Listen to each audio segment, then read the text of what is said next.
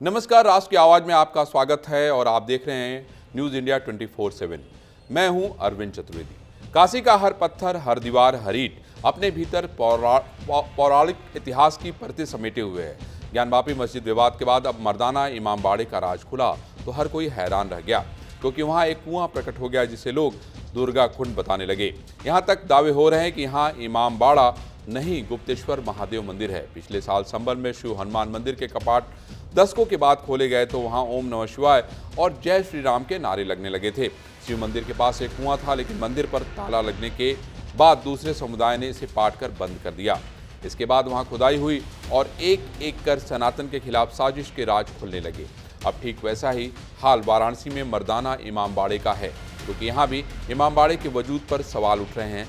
तुष्टीकरण की संस्कारों में सनातन के खिलाफ कैसे साजिश हुई, यहाँ का कुआं गवाही दे रहा है। आज हम संबल के बाद काशी पार्ट 2 के इस कुंड पर चर्चा करेंगे, जानेंगे जहाँ कभी श्रद्धालु आते थे और मुंडन संस्कार होता था, वहाँ कब्जा करके कैसे इमामबाड़ा बना दिया गया। न्यूज़ इंडिया के कैमरे से मर्दाना इमामबाड़े का पूरा सच दिखाएंगे। पहले आप देखिए कैसे हरा पर्दा उठा तो इमामबाड़े का भेद खुल गया।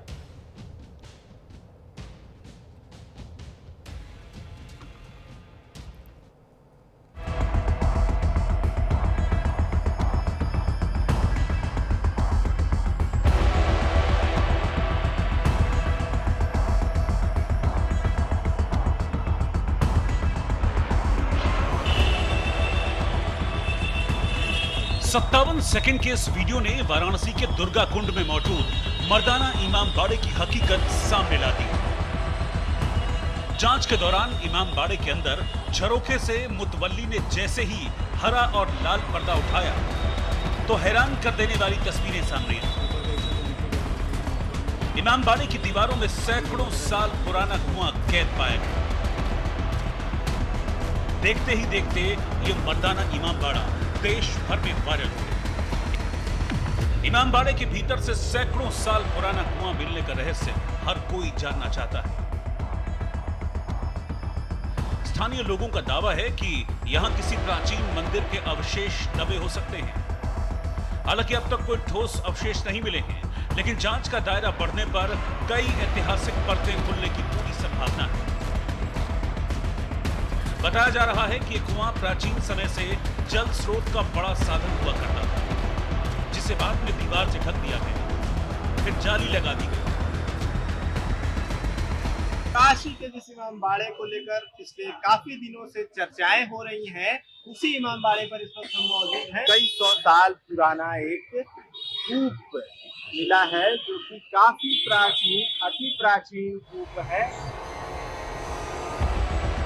अब दुर्गा कुंड पुलिस चौकी के पीछे 240 वर्ग मीटर सरकारी जमीन पर बने इस इमामबाड़े के दस्तावेजों की जांच तेज हो गई। सिटी मजिस्ट्रेट की टीम ने मर्दाना इमामबाड़े के अंदर जाकर सर्वे किया और नपाई की।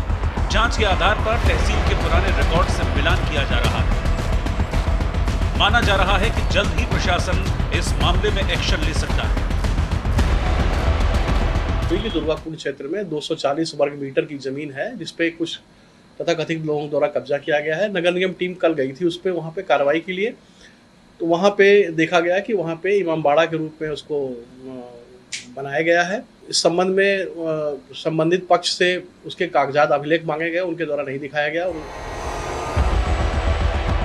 स्थानीय लोगों का आरोप है कि मर्दाना इमामबाड़े की तामीर 1990 के बाद हुई, जबकि मूल इमामबाड़ा वहां से कुछ दूरी पर स्थित है। स्थानीय लोगों का कहना है कि यहां पहले एक कुआं हुआ करता था। उस कुएं के पास श्रद्धालु आते थे, मुंडन संस्कार होता था, लेकिन वहां कब्जा करके इमामबाड़ा बना दिया गया। ये कुआं हम लोग के बचपन का है। बचपन में खेलते थे उसमें कुआं से पानी नहीं निकालते थे। इसको ये आए कब्जा कर लिए, ठीक है। जो उनको पहले की सरकार थी, उन लोग को बढ़ावा चढ़ावा दे के इन लोग से कब्जा किया गया। इधर इमामबाड़े की मुतवल्ली मिर्जा नवाब प्यारेलाल का कहना है कि इमामबाड़ा वक्फ बोर्ड की संपत्ति है। ये सैकड़ों साल पुराना है और जमीन से जुड़े सभी कागजात उनके पास मौजूद हैं। इसको हम लोगों ने वक्फ कर दिया है। वक्फ प्रॉपर्टी किसी की पर्सनल प्रॉपर्टी नहीं होती। वो वक्त दान हो जाता है एक तरीके से। वो कोई उसका मालिक नहीं होता, तो ये दान की प्रॉपर्टी है। लेकिन मुतल्ली हमारे खानदान के ही रहेंगे। 63 का है, सब इसका हवाला। एक प्रॉपर्टी से पूरे बनारस में प्रॉपर्टी हम लोगों की है, एक बालूदौला के नाम से, आप पता लगा लीजिए। विवाद के तूल पकड़ने के बाद प्रशासन ने इमामबाड़े की सुरक्षा बढ़ा दी है और पुलिस फोर्स तैनात कर दी गई है। अगर इमामबाड़ा वास्तव में नगर निगम की जमीन पर अवैध रूप से खड़ा है तो उसे प्रशासन ने बेदखल क्यों नहीं किया? अगर भीतर इतिहास की कोई छिपी परत है तो उसे उजागर करना पुरातत्व विभाग और समाज दोनों का दायित्व है। सवाल साफ है कि आखिरकार सच छिपाने का खेल किसकी शह पर चल रहा है? सवाल उठना लाजमी है कि क्या ये केवल कब्जे बचाने का हथकंडा है या किसी गहरे राज को छिपाने की साजिश?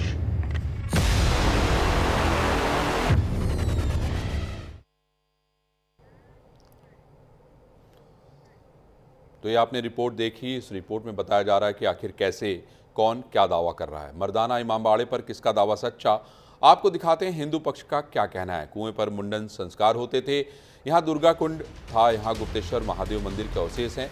कागजों में सरकारी जमीन तो वक्त ने अपना बोर्ड कैसे लगाया। 240 वर्ग मीटर क्षेत्र नगर निगम के अभिलेखों में दर्ज है। मूल इमामबाड़ा वहाँ से कुछ दूरी पर स्थित है। 90 के दशक में यहाँ कब्जा। मुस्लिम पक्ष का कहना यह है कि इमामबाड़ा वक्फ बोर्ड की संपत्ति है, बेवजह परेशान किया जा रहा है। प्रशासन को कागज सौंपा है, जमीन से जुड़े सभी कागजात हमारे पास मौजूद हैं। सिटी मजिस्ट्रेट इमामबाड़े का मुआयना कर चुके हैं। इमामबाड़ा सैकड़ों साल पुराना है। बाहर वक्फ रजिस्ट्री नंबर 204/8A लिखा है। सिया सेंट्रल वक्फ बोर्ड यूपी इमामबाड़े के मुतवल्ली मिर्जा नवाब प्यारेलाल 1863 का कागजात दिखा रहे हैं। एक बालूदौला की प्रॉपर्टी बता रहे हैं। हमारे ही खानदान ने वक्फ को जमीन दान दी थी। सिविल जज के यहाँ इसका केस चल रहा है। नगर निगम में हमारी जमीन खुद कब्जा की है। यहाँ से जुलूस निकलते, ताजिया निकलता, मातम मनाने की जगह है। ये नवाब साहब का हाथा होता था। 11 फीट ऊंची बाउंड्री तोड़ी गई। पार्षद पर आरोप लगाया। और हम आपको बाइट भी सुनवाते हैं मुतवल्ली की। हाँ जी, इसके हम लोगों ने वक्त कर दिया है। वक्त प्रॉपर्टी किसी की पर्सनल प्रॉपर्टी नहीं होती, वो वक्त दान हो जाता है एक तरीके से।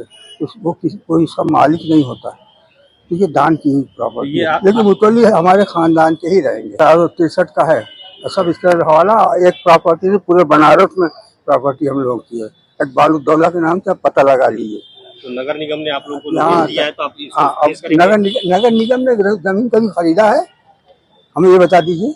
नगर निगम हम लोग जमीन खरीद कब्जा करके हम लोग यहाँ रहते नहीं थे, और कब्जा कर लिया। हम लोग यहाँ नहीं रहते थे। जब बाउंड्री तोड़ा होगा तब तो अंदर आया होगा। ये डकैती हुई या क्या हुआ? ये कब हुआ था? विकास प्राधिकरण ने, नगर निगम ने जब तोड़ा होगा तब ना अंदर आया होगा। और बड़ा सा गेट यहाँ लगा हुआ था, गेट में ताला बंद था, ताला तोड़ा गया, बाउंड्री तोड़ गई, तब अंदर घुसे। तो आपने ये बयान सुना किस तरह से मुतल्लवी कह रहे हैं कि ये हमारे बाप दादाओं की प्रॉपर्टी है। हमारे साथ बनारस से संवाददाता अमल जुड़ चुके हैं। अमल से जानते हैं कि आखिर वहाँ किस तरह की पॉलिटिक्स चल रही है और सच्चाई क्या है। अमल, मुझे आप ये बताइए अमल कि अभी जिस तरीके से अलग अलग दलील दी जा रही है, सिटी मजिस्ट्रेट जो है इसकी जांच पड़ताल कर रहे हैं, आप मुझे ये बताइए कि वाकई हकीकत क्या है। आप तो बनारस में रहते हैं, मैं भी बनारस का रहने वाला हूँ। इसके पहले हमने चर्चा इसकी नहीं देखी, लेकिन इस समय इसकी पूरे देश में चर्चा हो रही है कि आखिर वहाँ पर अगर इमामबाड़ा था तो ये फिर कुआं कैसे बंद हो गया, किसने बंद कर दिया, किसने ज़मीन कब्जाई, सच क्या है, झूठ क्या है।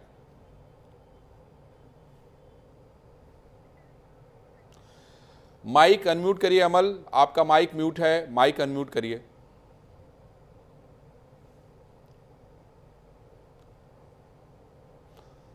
हाँ बताइए अब आप।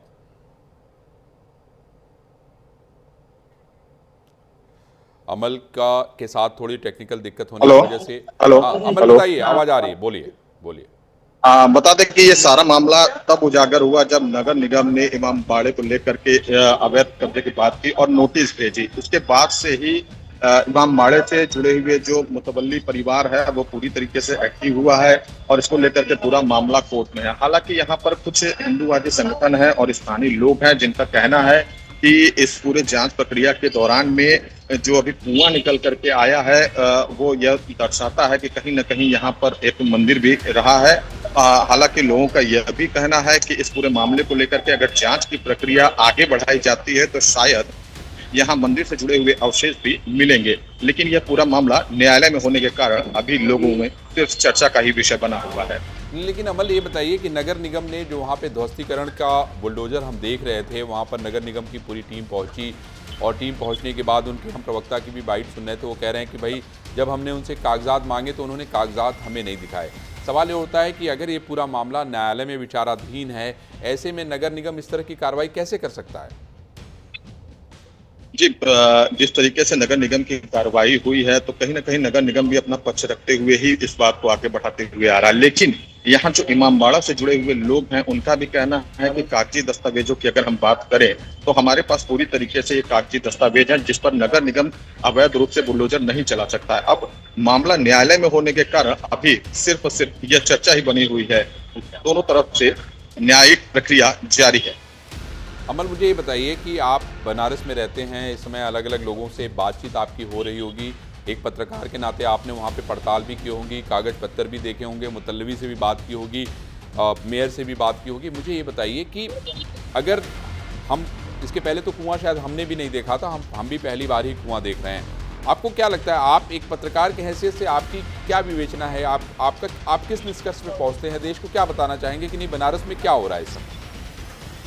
जिस तरीके से बात अगर की जाए तो जब नगर निगम ने नोटिस भेजा और बाद में जो कार्रवाई हुई उसके बाद से जो कुआं निकल करके सामने हुआ तो कहीं ना कहीं उसको छुपाने का प्रयास किया जा रहा था। तो आखिर सबसे बड़ा सवाल यह उठता है कि छुपाने का प्रयास क्यों किया जा रहा था।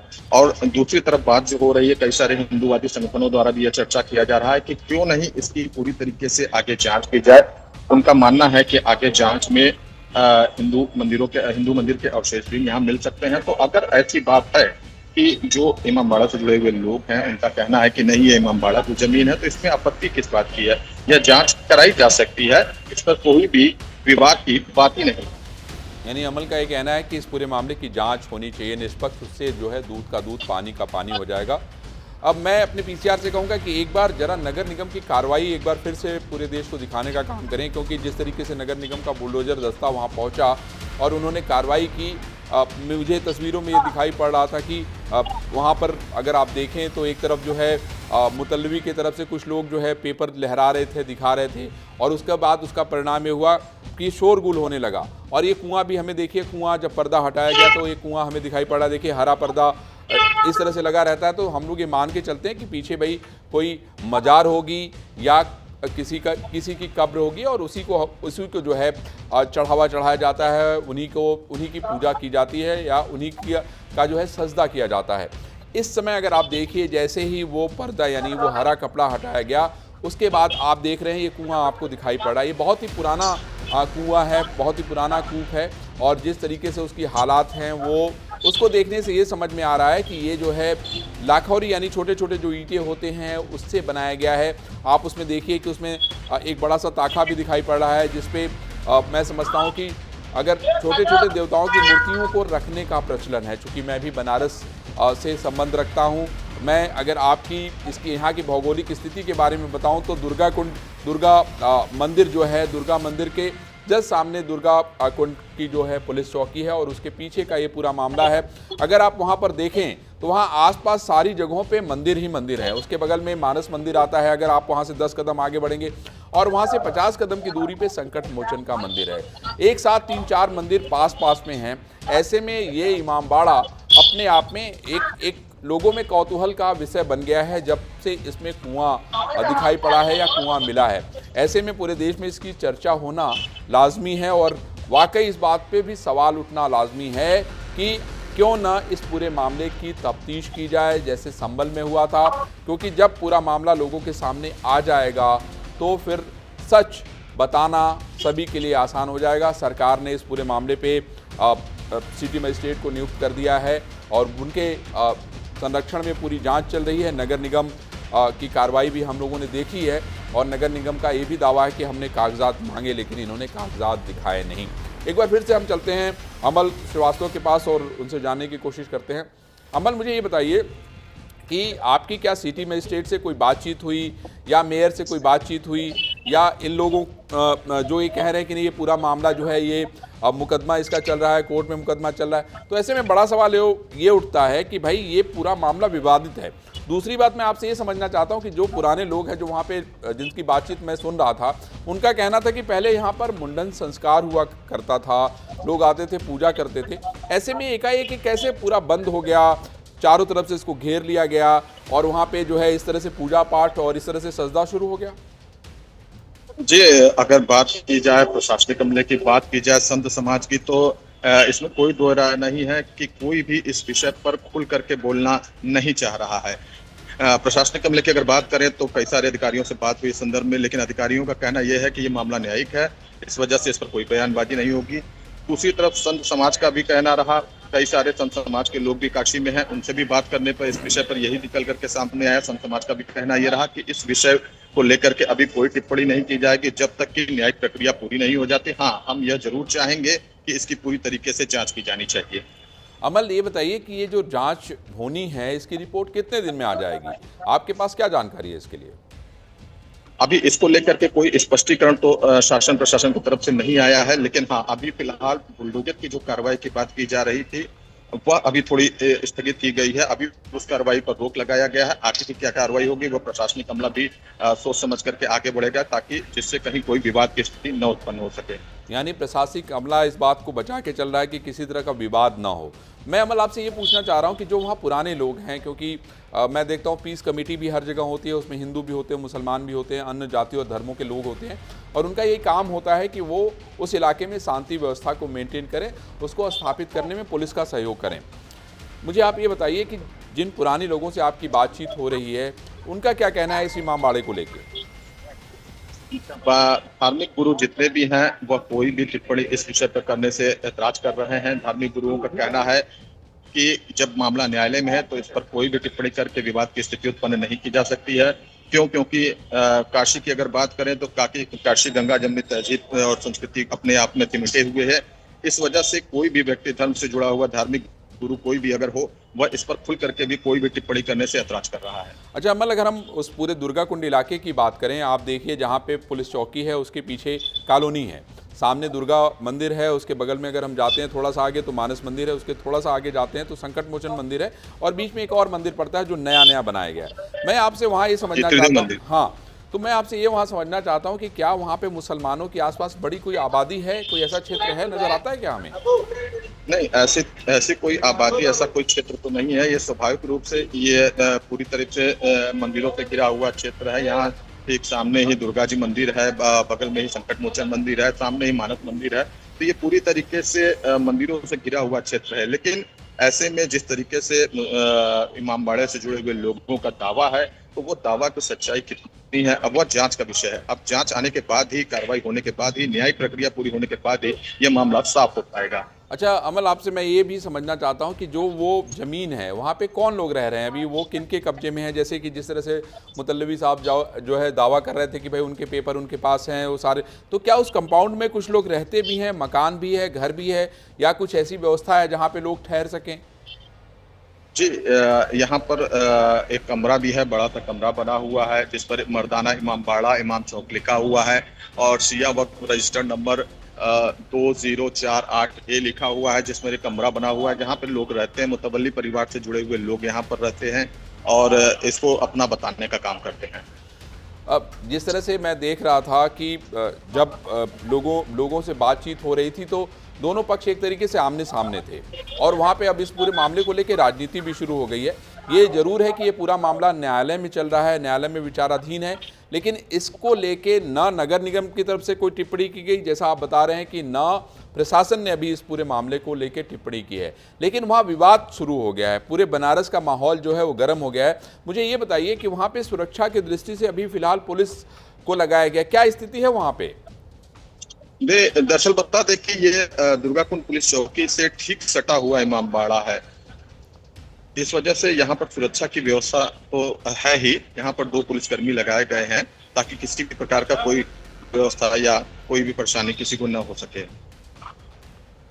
अच्छा अमल, मैं इस मामले में मैं चाहता हूं कि एक बार जरा सा, क्योंकि जिस तरह से संभल की घटना हुई थी आपने देखा था कि किस तरीके से आग की तरह पूरे देश में वो घटना जो है फैल गई, उसमें बड़े बड़े लोग शामिल थे और बाद में जो लोग भी जिम्मेदार लोग थे उनके खिलाफ शासन प्रशासन और सरकार ने कार्रवाई भी की है।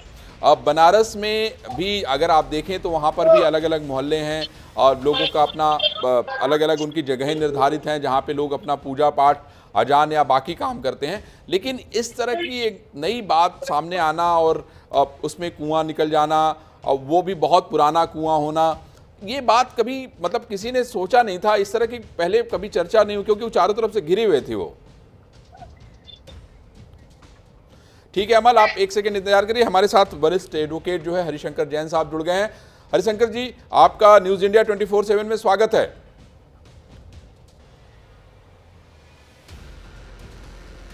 हरिशंकर जी, ये तो एक नया पूरा मामला ही सामने आ गया कि भाई दुर्गा कुंड मंदिर के सामने जो है एक कुआं है, लेकिन वो कुआं घिरा हुआ है हरे कपड़े से, किसी ने देखा तक नहीं, किसी को पता नहीं। और जब वहाँ के लोग दावा कर रहे हैं तो उसमें ये कहा जा रहा है कि भाई ये तो वक्फ की ज़मीन है और इसके सारे पेपर हैं हमारे पास, सारे कागजात हैं। क्या कहेंगे, क्योंकि मुझे लगता है कि बनारस के बारे में, वहाँ की संपत्तियों के बारे में आप जितना ज़्यादा जानते हैं, मैं नहीं समझता कि बहुत सारे लोग जानते होंगे। देखिए, ऐसा है कि बनारस का कण-कण जी भगवान शिव का है और वहाँ हिंदू सभ्यता और हिंदू पूजा पद्धति ये लाखों वर्षों चली आ रही है, 1-2 साल से नहीं, हजारों से नहीं, लाखों चली आ रही है। और मुस्लिम पक्ष की आदत है कि धीरे धीरे घुसकर पहले कब्जा करते हैं 1 इंच पर, फिर 100 इंच हो जाती है, फिर 1000 इंच हो जाती है और करते करते पूरा मोहल्ला उनका हो जाता है। ये दुर्गा कुंड है, दुर्गा कुंड के बगल में जी जगह है ये। यहाँ जो बुजुर्ग लोग हैं सब बताते हैं कि यहाँ बाकायदा पूजा करने जाते थे। गुप्तेश्वर महादेव मंदिर है और वहीं कुआं का पानी लेते थे और धीरे धीरे इन लोगों ने कब्जा कर लिया और कब्जा करके आयु को ढक दिया और हिंदुओं का आना वर्जित कर दिया। अब सवाल ये है कि इसकी जब तक जांच नहीं होती और जांच के बिना मैं समझता हूँ कोई हम या कोई भी आदमी कुछ नहीं कह सकता है। परंतु एक बड़ी ताज्जुब की बात है कि जांच की बात से मुस्लिम पक्ष हमेशा भागता है, खुदाई से, सर्वे कराने से और या कोई जांच हो जाए, मुस्लिम पक्ष में हमेशा भागता है। कोई जानते हैं कि अगर खुदाई हो गई या जांच हो गई, नीचे तक देखा गया तो मंदिर मिलेगा। अधिकांशतः जितनी पुरानी मंदिर थी जो आज कब्जा करके दरगाह बना ली गई, मस्जिद बना ली गई, सब कब्जा करके बनी है। और एक बड़ी ताज्जुब की बात है कि जैसे ही आप जांच की बात करते हैं या सर्वे की बात करते हैं तो कहा ही जाता है कि साहब सांप्रदायिक स्थिति खराब हो जाएगी। यानी कि अगर आप मेरे मकान में आकर बैठ गए जी, कब्जा कर लिया और हम कहे जांच हो जाए तो आप धमका रहे हो कि आना मत, हम दंगा कर देंगे। तो भाई देश कानून चलेगा, रूल ऑफ लॉ चलेगा और अगर कोर्ट कचहरी है तो जांच तो होनी पड़ेगी। और ये कहना कि आप 2 जगह 3 जगह देश में कहाँ जाएंगे, अरे भाई देश में जी हजारों मंदिर तोड़े गए हैं, तो जितने हजारों मंदिर निकलेंगे वहाँ जाएंगे और सबकी स्कूटी होनी चाहिए। ये बात सही है कि सरकार एक कानून बना दे, एक ट्रिब्यूनल बना दे कि भाई जिसको इस मुकदमे एक ट्रिब्यूनल एक जगह जाएंगे, बाकी जगह नहीं जाएंगे, बात समझ में आती है। पर किसी प्रकार का जब विवाद है जी, समाधान तो होनी चाहिए और उसका न्यायिक निर्णय निकलना चाहिए। और बिना जांच के, बिना खुदाई के आप नहीं कर सकते कि वहाँ पे हरिशंकर क्या जी, है। आप, मुझे लगता है कि जैसे आप भी आपका काशी विश्वनाथ का केस, आप भी इंतजार करेंगे, लग रहा है, मुझे लग रहा है रिपोर्ट आने का आप इंतजार करेंगे अभी। हाँ करना पड़ेगा, कानूनी प्रक्रिया ऐसी है, करना पड़ेगा। परंतु चाहे कोई कितना भी चिल्ला ले जी। और झूठ बोल ले, सच्चाई छिपा नहीं सकता, सच्चाई छिप नहीं सकती। और सच्चाई चीख चीख के कहती है कि सत्य क्या है। देखिए काशी में जो आपका सोकाल मस्जिद है, जी ज्ञानवापी जिसको बोलते हैं, जी नाम है ज्ञानवापी, वहाँ वो बहुत पुराना कुआं है। पीछे पश्चिम दीवार देख लीजिए, पश्चिम दीवार पर जी हिंदू देवी देवताओं के चिन्ह साफ दिख रहे हैं। इसके बावजूद भी कहते साहब वो वक्फ मस्जिद है। तो जहाँ इस तरह की दलीलें दी जाएंगी जो बिल्कुल समय से, परिस्थितियों से, सबूतों के खिलाफ होंगी, तो आदमी कहता है कि मार जाएंगे। तब धमकी देता है, जैसे गुंडे बदमाश धमकी देते हैं, छू लिया तब गोली मार देंगे। ये बात है कि अगर आपने अगर जांच करा ली तो सांप्रदायिक माहौल बिगड़ेगा, हम दंगा कर देंगे। तो दंगा करने वाला आदमी जिसने कानून हाथ में लिया हुआ है, इनलीगल कब्जे में है, वह धमका कर देश में एक ऐसा माहौल पैदा कर दिया है कि जांच नहीं हो सकती है। और मैं समझता हूँ सरकार हो या कोई हो, सबको कानून से काम करना चाहिए और सख्ती निपटना चाहिए कि आपके इस धमकी के आगे कि देश में दंगा हो जाएगा, हम झुक नहीं सकते। क्योंकि कानून में कोई पक्ष नहीं कह सकता कि आप सच्चाई जानने की कोशिश करेंगे तब दंगा कर देंगे, सांप्रदायिक स्थिति खराब हो जाएगी। हरिशंकर जी, मैं और ये जो आपका जी याद है वो अच्छा, हरिशंकर जी हमारे साथ रीना सिंह जी मैं हैं, धन्यवाद दूंगा कि आपने इतना अच्छा। हम आपके पास लौटेंगे। हरिशंकर जी हमारे साथ रीना सिंह जी जो है सीनियर एडवोकेट हैं सुप्रीम कोर्ट ऑफ इंडिया की, वो जुड़ी हैं, उनसे ही बात करते हैं। रीना जी, न्यूज़ इंडिया 24/7 पे आपका स्वागत है। जी आभार। रीना जी, ये जो पूरा मामला सामने आया है जिसमें अभी आप हरिशंकर जी को सुन रही थी, उनका कहना है कि अभी हमें थोड़ा इंतज़ार करना पड़ेगा, लेकिन इनका ये भी कहना है कि मुस्लिम पक्ष जो है, अगर हम इस तरह की बात करते हैं कि भाई अगर कुआं निकला है तो उसकी जांच करा लीजिए, जांच में जो होगा उसको मान लीजिए, सिंपल सी बात है। और मैं समझता हूँ कि सभी लोग यही कहेंगे। आपका क्या कहना है इस पर? देखिए बिल्कुल जांच करानी चाहिए। और दूसरा जो सबसे बड़ी बात है कि जो सरकारी कागज हैं, जो सरकारी दस्तावेज है, उस पे मालिकाना हक किसका है? सरकार की जमीन है, सरकार के पास मालिकाना हक है। तो एक ये इस तरीके से एनक्रोचमेंट का भी ये एक बहुत बड़ा मुद्दा है कि अगर ये सरकारी जमीन थी तो फिर जो मुस्लिम पक्ष है, इमामबाड़ा, उनका कैसे कब्जा है? इस चीज को भी एक जो जिला प्रशासन है उनको नोटिस देकर के पूछना चाहिए। अब पिछले कुछ समय में उत्तर प्रदेश में ये चीजें ऐसी हुई हैं कि जगह जगह वहां पे जिला प्रशासन ने जो भी एनक्रोचमेंट्स थी, चाहे वो धार्मिक आधार पे थी या जमीन पे कब्जा किया हुआ था, तो उसको लेकर के रेगुलरली इंक्वायरीज हो रही हैं। तो ये बिल्कुल जिला प्रशासन को पूछना चाहिए। और अगर जो मालिकाना हक यहाँ तो देखिए सरकार का है, अगर इसके अलावा किसी और का भी हो, जो प्राइवेट पार्टीज का मालिकाना हक जब होता है तो मालिक सामने आता है। तो अब देखिए कि हमारा जो देश है वो इतना बड़ा है। अब कई बार जो सरकारी जमीन है कि सरकार को खुद भी अंदेशा नहीं था कि भाई ये सरकार की प्रॉपर्टी है, तो सरकार को तो इसमें कोर्ट में भी जाने की जरूरत नहीं है। जब चीजें अपने आप ही मालिकाना हक साबित हो रहा है तो ये तो इस पे तो बल्कि मुकदमा दर्ज करना चाहिए, पहले क्रिमिनल मुकदमा करना चाहिए कि ये कब से इनके पास है। और दूसरा, इनको नोटिस दे करके पूछना चाहिए कि आपके पास कब से पोजेशन है, आप किस कानून के तहत आपके पास जमीन है, आप पोजीशन में कैसे रह रहे हैं। ठीक है हरिशंकर जी और रीना जी, मैं आप दोनों लोगों का धन्यवाद दूंगा। धन्यवाद इसलिए दूंगा क्योंकि आप लोगों ने पक्ष रख दिया है। हमें भी इंतजार करना पड़ेगा सरकार के रिपोर्ट के आने का, क्योंकि रिपोर्ट के आने के बाद ही स्पष्ट हो पाएगा कि आखिर जमीन पे मालिकाना हक किसका है, वो कुआं कितना पुराना है और कब से जो है लोग यहाँ पर कब्जा किए हुए हैं या वाकई ये उनकी प्रॉपर्टी है। आज राष्ट्र की आवाज़ में बस इतना ही। कल हम फिर किसी नई खबर के साथ मिलेंगे।